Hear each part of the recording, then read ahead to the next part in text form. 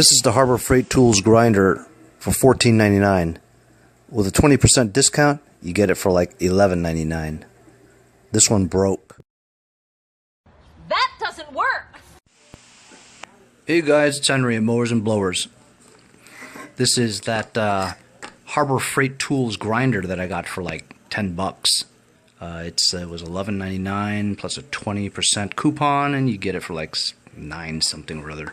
Anyway, it's been working okay, but after about a month or so, right, what happens was I would just turn it on and nothing would happen. You know, I would click, nothing would happen until I shook it a little bit, and it went. Then I'd bang it on the floor, and then it would like kick in. So I think it's got a loose wire or something in the switch mechanism. So I'm going to take this apart and see if it works. Let me plug it in and show you what I see now. So I got plugged in now, and this is what happens when you turn it on. See? Nothing. Sort of turns on. Look. And you shake it. And you bang it on the floor sometimes.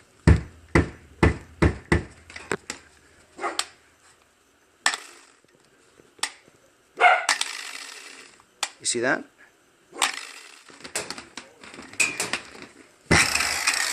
See that?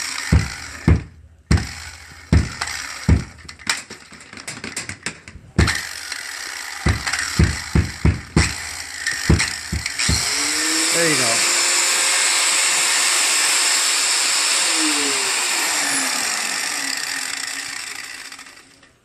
So I'm thinking that there's a loose wire in the switch area. So I'm going to loosen those bolts and take this thing apart and see if I can fix it. It's been a pain in the ass, you know what I'm saying? When you need it and stuff, you got to do that. First thing I'm going to do is take the disc off. Once the disc is off, you can see 4 Phillips screws that attach this thing to that. However, I don't think I need to get these off. Looks like I want to split this in half and get closer to the switch. So I'm going to take these 4 screws off.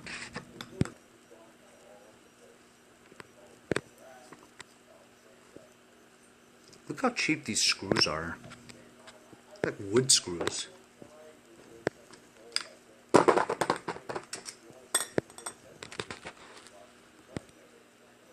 I just split it in half, and this is what it looks like on the inside.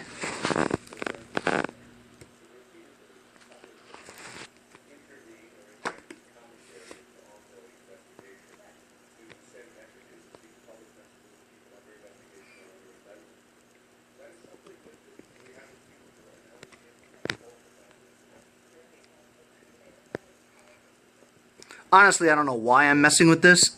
It's only 10 bucks.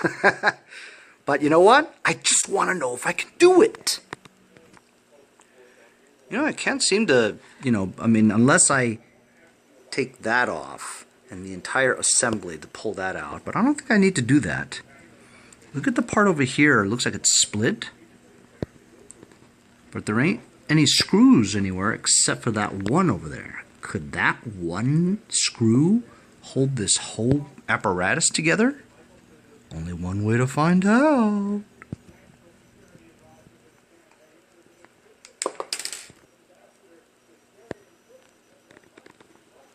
How about that, huh?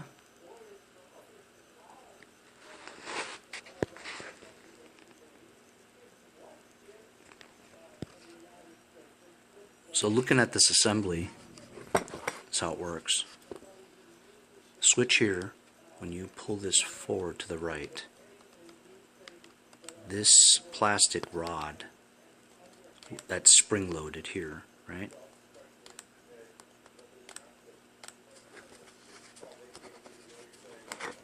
It pushes this mechanism inside, okay, the switch.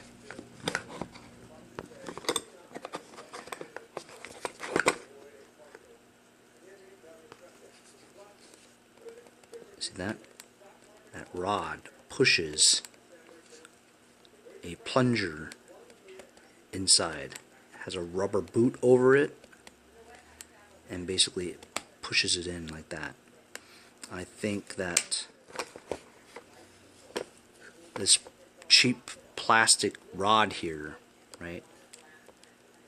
When you push it or pull it like that, see how it rises? This part here goes up when you pull it.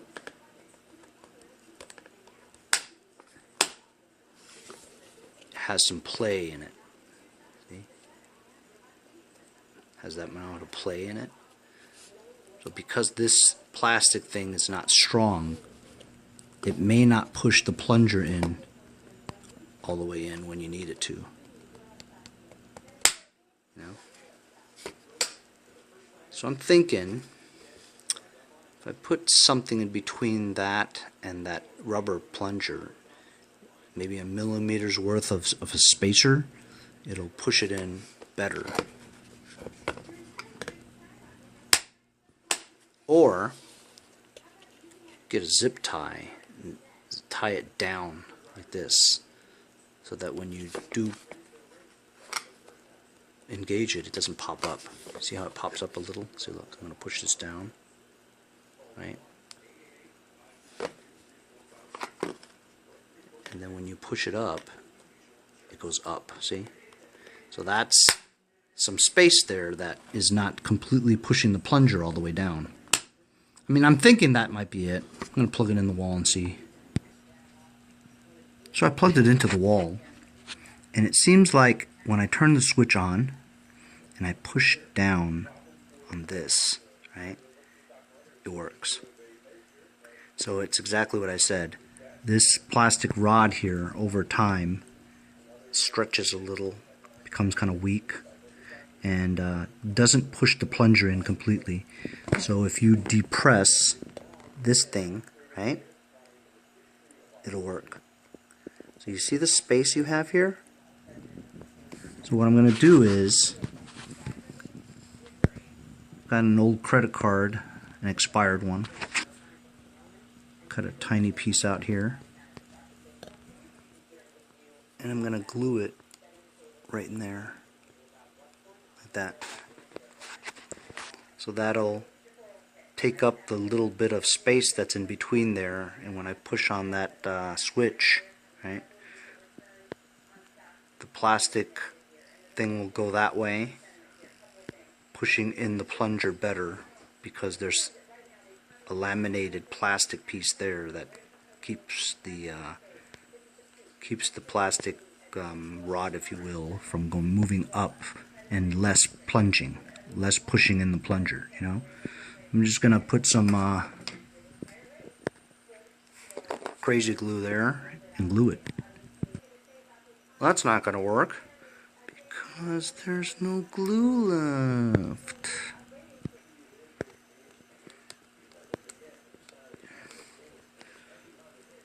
So I got some more glue, and got that in there.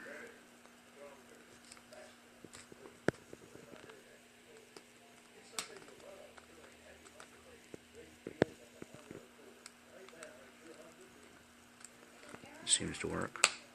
See that?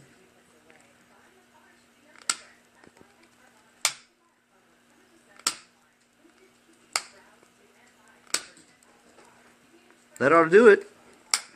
If not, I'm just gonna go and buy another one. It's 10 bucks. I'm gonna put it all together again and try it.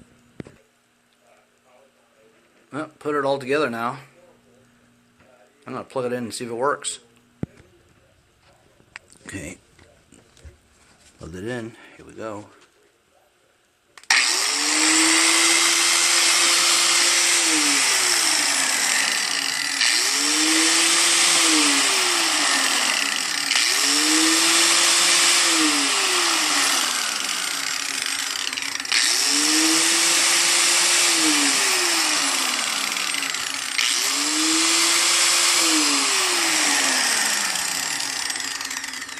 There we go. That's just to show you that you work on small engine equipment, right, using specific tools. If your tools go bad, you can fix your tool, right? Yeah, I know. Don't give me crap about the not having the guard on. I feel it gets in the way. Yeah, that's what Boba said too. Anyway, that's how you fix your $10 Harbor Freight Tools grinder for free. See you guys next time on Mowers and Blowers. Thanks for watching, everybody. Follow me on Instagram at Mowers Blowers. See you guys next time.